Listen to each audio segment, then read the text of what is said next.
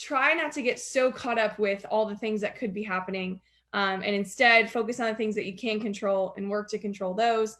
And then everything else, it's meant to be, right? Like us having maybe a bad, tough weekend or a bad, tough at bat, or our team just really struggled that weekend, just understand that that's going to happen. Okay. You're not going to be perfect. The minute you realize you can be in control of how you go about a game, a tough game or a tough at bat, is really going to show your character. So that's what we want to have more of today. So today we're going to be talking about how to refocus.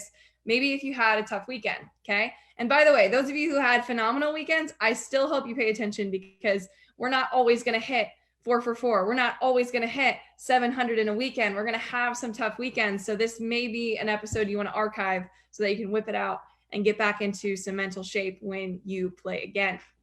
Okay, so the first thing that I want you to do if you had a tough weekend is, instead of thinking about how tough the weekend was, talk about the good. Okay. I guarantee you, if you played 5 or 6 games this weekend, it wasn't all bad. There were probably some sparks throughout the weekend that were actually really good and awesome. You guys know me well, and you know that it's really good to think about the good. So what I encourage you to do, first things first, is find the good. Okay. Find the good, find the sparks that happened this weekend. Maybe you didn't get, the clutch hit. Maybe your teammate got a clutch hit, but you helped encourage her to get that clutch hit. I like taking some of the success sometimes when I tell another athlete, I'm like, hey, I'm not bringing it right now, but I know you can, giving her the encouragement and then seeing her succeed. That's a spark. That's something good that happened this weekend.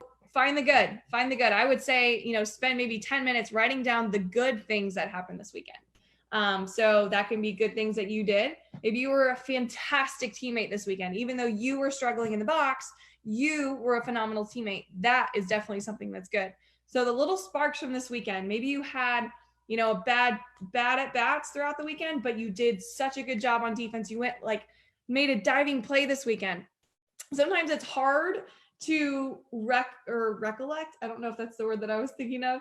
Sometimes it's hard to remember the good when you're soaking in the bad, right? So maybe you did have a diving play in the second game you played this weekend, and you kind of forgot about it because you were so focused on the negative, on the things that didn't go well. I encourage you to think and reflect back on the weekend. What were some good things that happened? Okay. We always want to sandwich our thoughts. If we're starting every conversation or every time we journal with something negative, sometimes the whole entire prompt will be negative, and we won't be able to be in a good headspace. So the first thing you should do is find the good. Find something good that happened. Even if it's just one thing, find it, write it down. Okay. Because writing down the good helps get you into a good headspace. So write down the sparks from the weekend, the things that make you smile, the things that make you happy. Okay. 2, second thing you can do if you had a tough weekend, like I said kind of before, I just squeaked, embrace it. Okay. There was one, I'm thinking of the program. They came in and they worked with our team. And when it comes down to it, they always said this thing. They always said this phrase. And some of you may think one of these is a bad word, but they would always say, embrace the suck. Okay. Embrace the suck.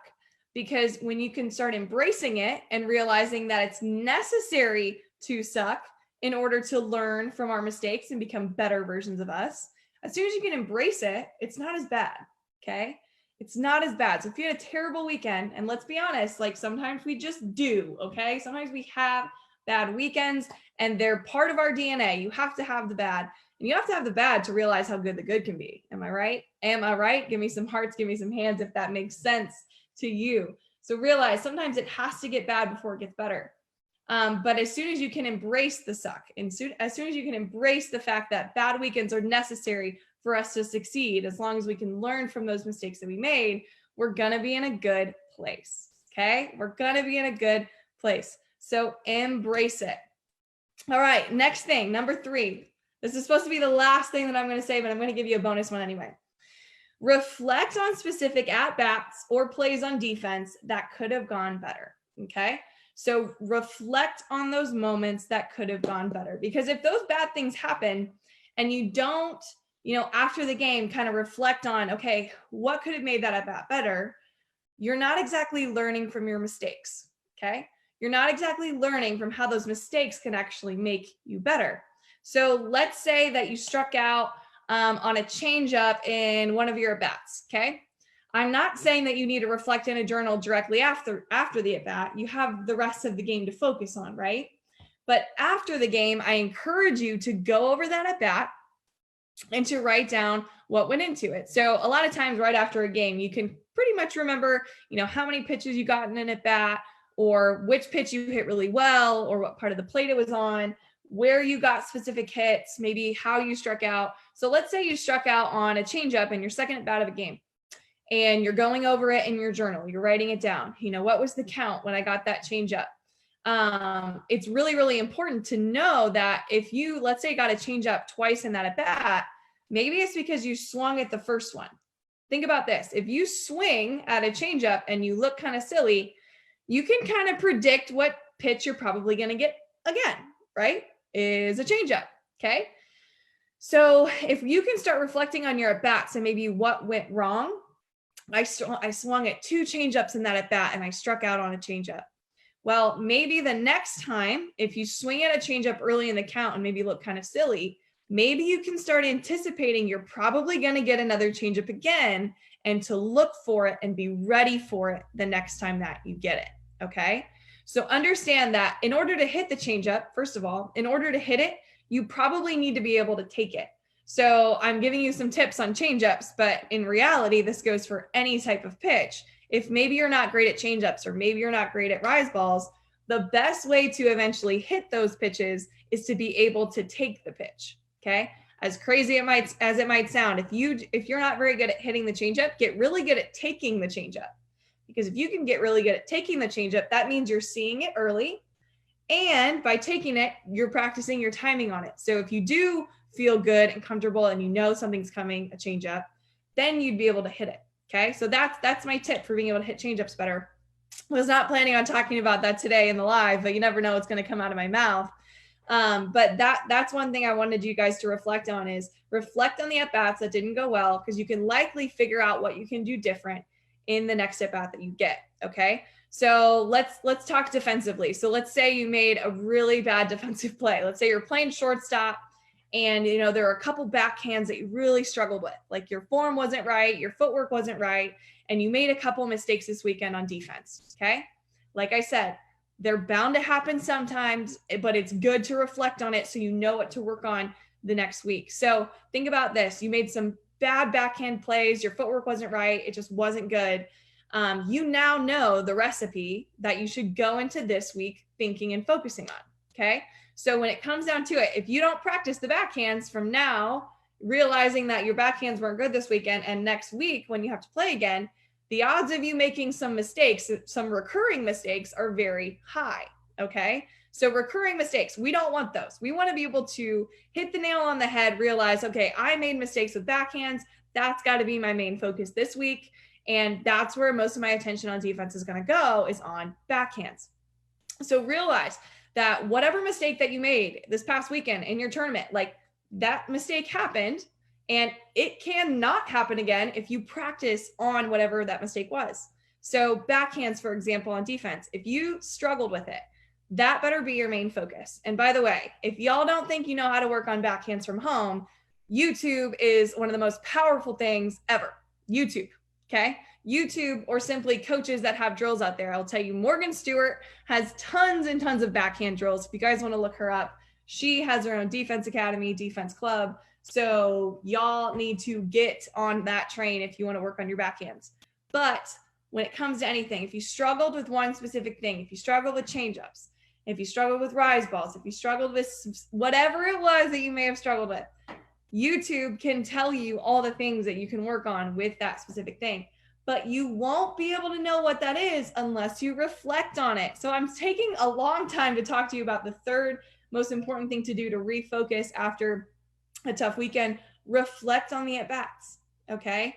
And the last thing I'm going to say with reflecting on your at-bats or your defensive plays that maybe you didn't make the way that you wanted is not just reflect on maybe if it was a physical error. So if it's physically, my hands weren't high enough on the high pitch, or my hands were dripping or drooping, whatever. Maybe it was something that was mental, okay?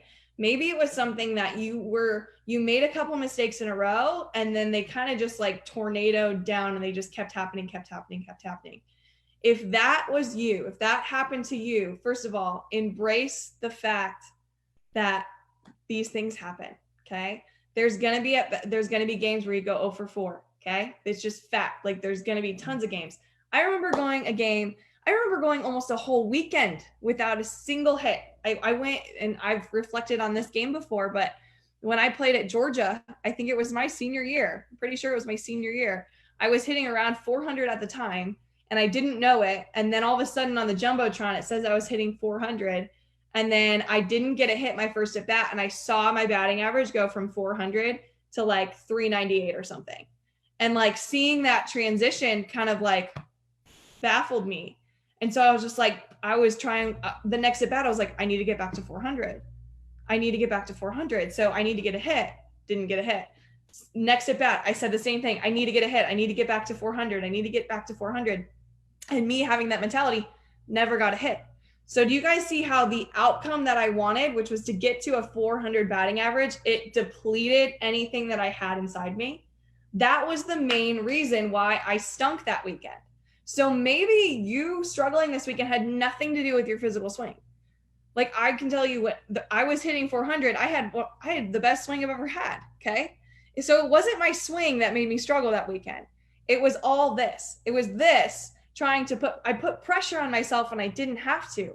I put pressure on a result that I wanted to have, but didn't realize that me working on that type of goal was not what I should have been working on. I should have taken it one at bat at a time and focusing on one pitch at a time and smoking one ball at a time. Okay. That should be your focus. It should not be what type of results do you want to have? Because if you are focusing on the results, and my Mind Gym Book Club fam that used to hang out with me every morning at 10 a.m. or watch the replay inside the Smash Tribe on Facebook, those people know exactly what I'm talking about because there was a whole chapter about how we cannot predict the future and we should stop trying to predict the future. Okay. Now with that, let's say it was something mental this past weekend that you struggled with. That's like owning up to that is very important. So obviously we don't want the same bad performance to happen again, right? We don't want the same bad weekend to happen again. The way we can stop that is by reflecting and realizing, okay, it was my mental game that I struggled with. So I'm going to give you a practice right now where if your confidence is at an all-time low, and like I said, if you're super confident right now, take notes now because there may be a time where you're not confident. But here's a practice that's one of my favorites. I want you to set a timer for 10 minutes, okay? Trust me, at this time, especially in the summer, we all probably have 10 minutes to spare at some point of the day, okay? We all have 10, raise your hand if you have like 10 minutes to spare every single day. You probably do, okay? And trust me, if it's working on your mental game, this should be like a necessary addition to what we do each and every single day. But if you can write down for 10 minutes today, if your confidence is not very high right now, I want you to write down all of the things that you're good at in the game of softball, okay? And by the way, if you don't play softball, if you play basketball, you can do the same exact thing for basketball. You can do the same thing for whatever you do. So I want you to put a timer for 10 minutes, go put your phone away, cannot be a distraction. You are not allowed to look at your phone within those 10 minutes because when we distract our minds, we actually limit the amount of creativity we can have in our brain. So set your timer, put your phone on the other side of the room or outside your door, shut your door, write down things for 10 whole minutes, things that you're good at, okay? And who knows, you might start writing things that you're good at, in school or as like with your friends, like things that you're good at, start writing them down. Because I'm telling you, when you do this practice, like I said, I always say this, don't hate it unless you try it. My favorite thing about this practice is you start telling yourself what you're good at again, okay? Because when our confidence is low, we forget what we're good at.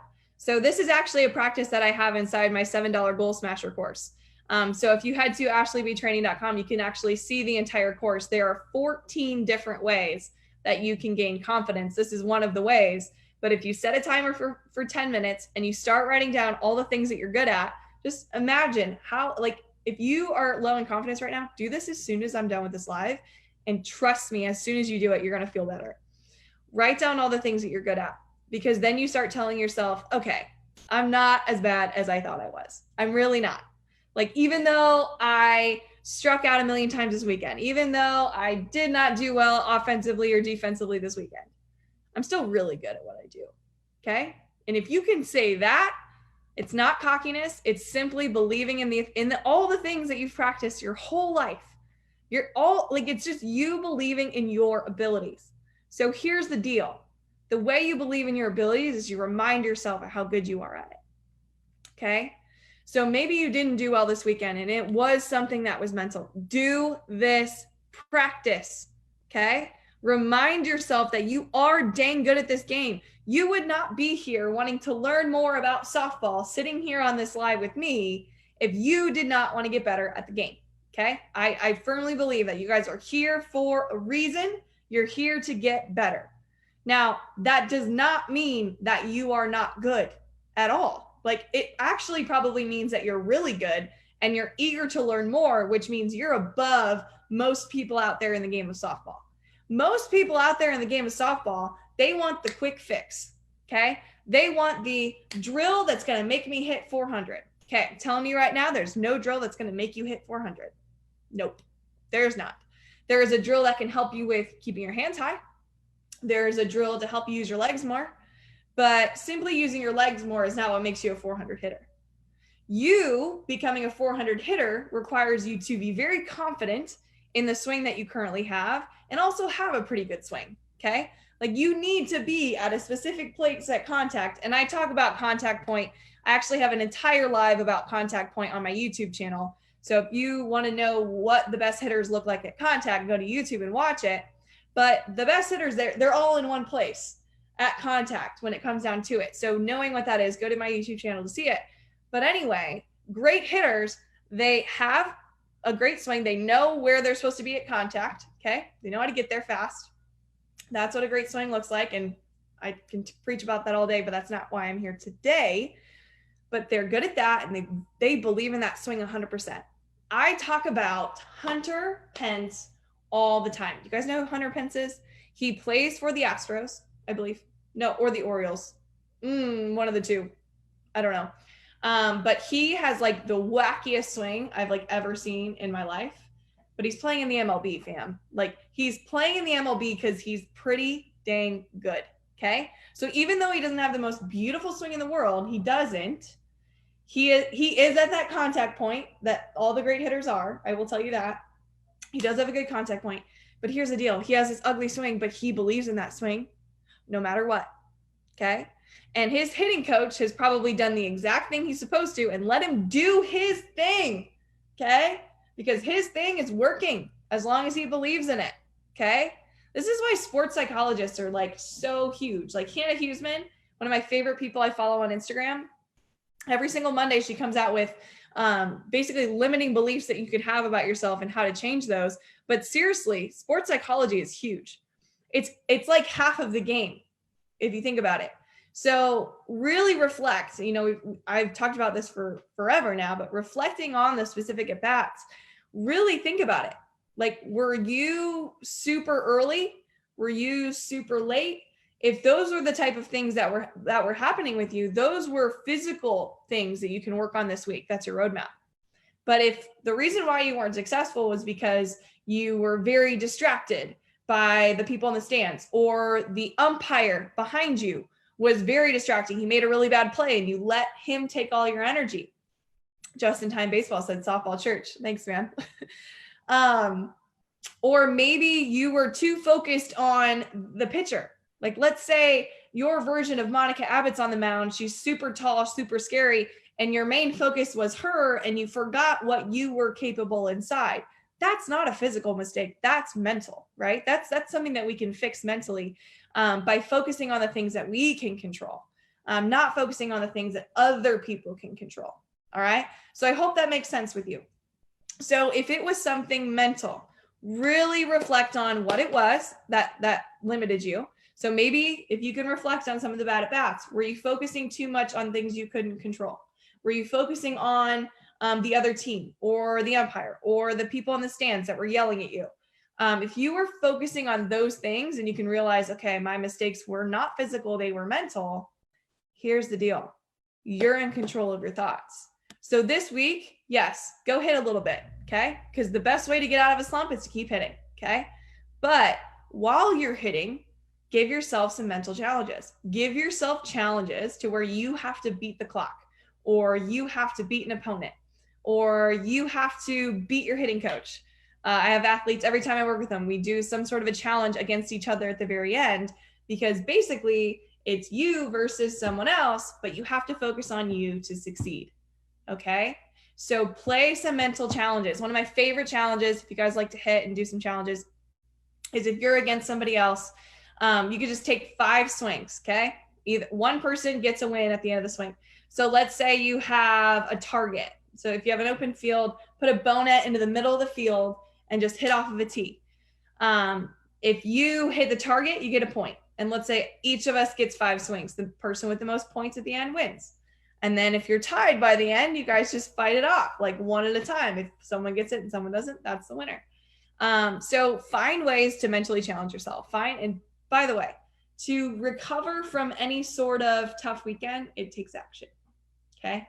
You're not just going to be able to sleep and wake up and it not be there anymore. That's those thoughts that were in your head that didn't go well for you. They're still going to be there. Okay. Unless you take some action. Okay. So doing those challenges can really, really help you. And what I want you to do too, this last thing, is ask yourself these questions so you can kind of see if it was a physical or mental mistakes you made this weekend. Okay, so ask yourself this: were you ready for the weekend? Did you practice the week before? Did you practice a lot? Did you practice on your swing? Did you practice on decision making and timing? Were you prepared? Okay, so if you were prepared and you didn't show up this weekend, it was likely mental. But if you weren't prepared, if you did not put in the work this past week before you played, then that's probably an actionable step that you should start taking physically. You should probably make sure you're physically prepared in order to show up at your best. Okay, so if you were physically prepared and you still didn't have a great weekend, ask yourself this question: were you focused on outcomes? Okay, were you focused on outcomes? If you were focused too much on the outcomes that you wanted, like I told you, I was focused too much on hitting 400. If you're focused too much on the outcomes, you're not focusing on what you can control. So were you focused on what you can do right here in this very moment? Or were you asking yourself, oh, I hope I don't screw up. I hope I don't strike out. I hope I don't hit it to the shortstop again. Whatever it is, if you're trying to tell yourself what not to do, that's not a good place to be, right? We want to tell ourselves what we can do. So realize, were you focused on outcomes, trying not to do something?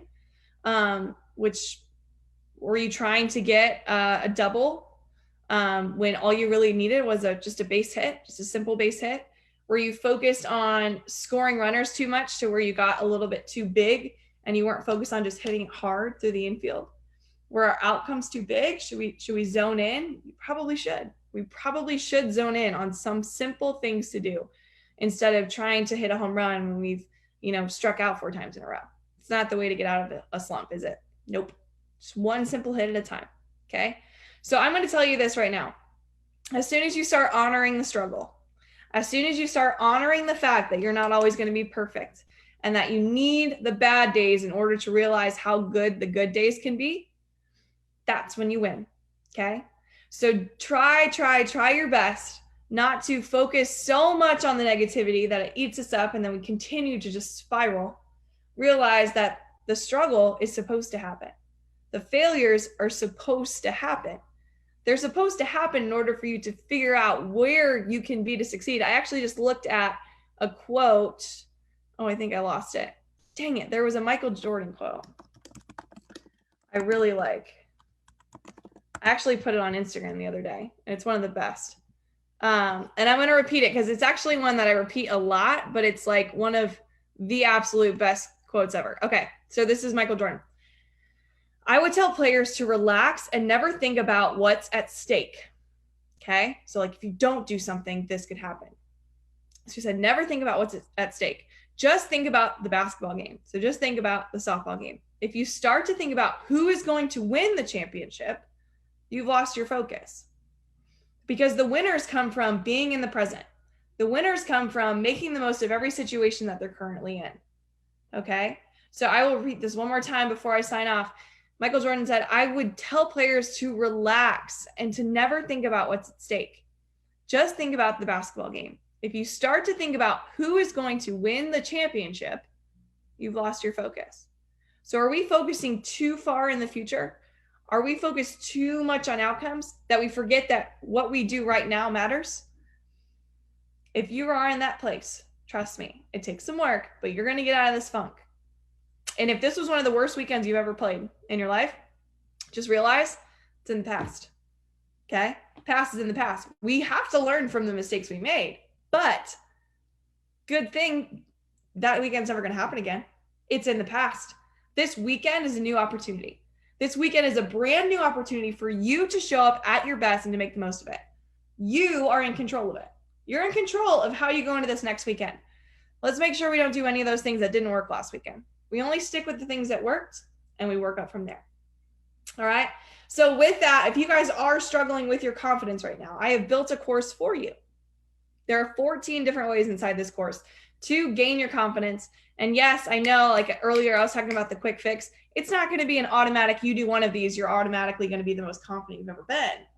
But things compile against each other or up above each other. So this first day, let's say you do the practice where you write all the things that you're really good at. That's a good way to boost your confidence. And then you do something else. So inside the course, there's another way to boost your confidence, and you can do a physical workout. I have different workouts that have to do with strength, speed, and agility. You really don't need anything but your body weight to make those things happen. You do that, you just compiled 2 things to gain your confidence, and you're already finding your stepping stone. So there's 14 things inside that course, $7, okay? Convince your parents to go buy this for you if you need some confidence. I'm telling you right now, it works. Like I had, I think 20 or 30 people that have gone through the course, and they are like, my daughter's confidence is through the roof.